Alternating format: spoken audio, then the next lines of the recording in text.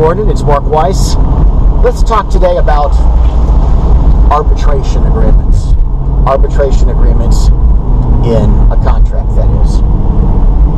Why would you want one? Is it a tool to help you, or is it a tool to be used against you? You know, many people believe that arbitration or some other form of private decision-making is better than going to court. Maybe it is, maybe it isn't, and maybe the question that you ask yourself in determining whether arbitration is better or worse for you is slightly different. Maybe it's, would you like to give up your right to a trial by jury in a civil action? Would you like to give up courtroom protections? So oftentimes people think that an arbitration provision is placed in an agreement because it's going to be quicker, it's going to be easier, it's going to be more direct, and therefore it is going to save time. But as any honest litigator will tell you, arbitrations can go on and on and on. In fact, a colleague several years ago who did litigation told me that she was engaged in a proceeding that had dragged on for 18 months.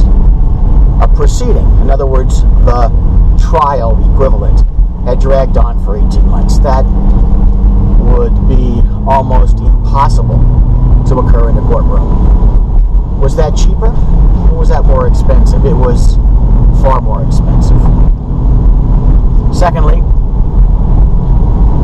consider in agreeing to an arbitration provision or in inserting one yourself in an agreement who you're arbitrating in front of.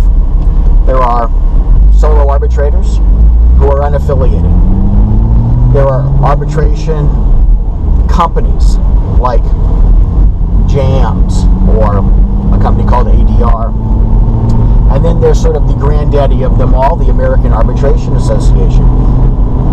The AAA, American Arbitration Association, for example, has very set rules for how an arbitration is conducted, and they are very expensive. The filing fee itself is often prohibitive for some small parties.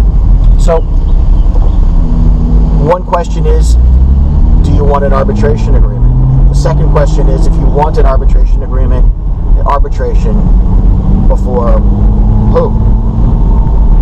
Next question is, if you're agreeing to arbitration, what rights to discovery, to the normal pretrial process of trying to uncover the facts, the ability to send written interrogatories, the ability to send requests for admission, the ability to take depositions exists in that form.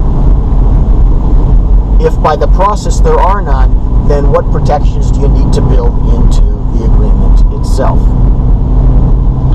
Similar in some ways to attorney's fees provisions, arbitration provisions can be used to frustrate the resolution of a case.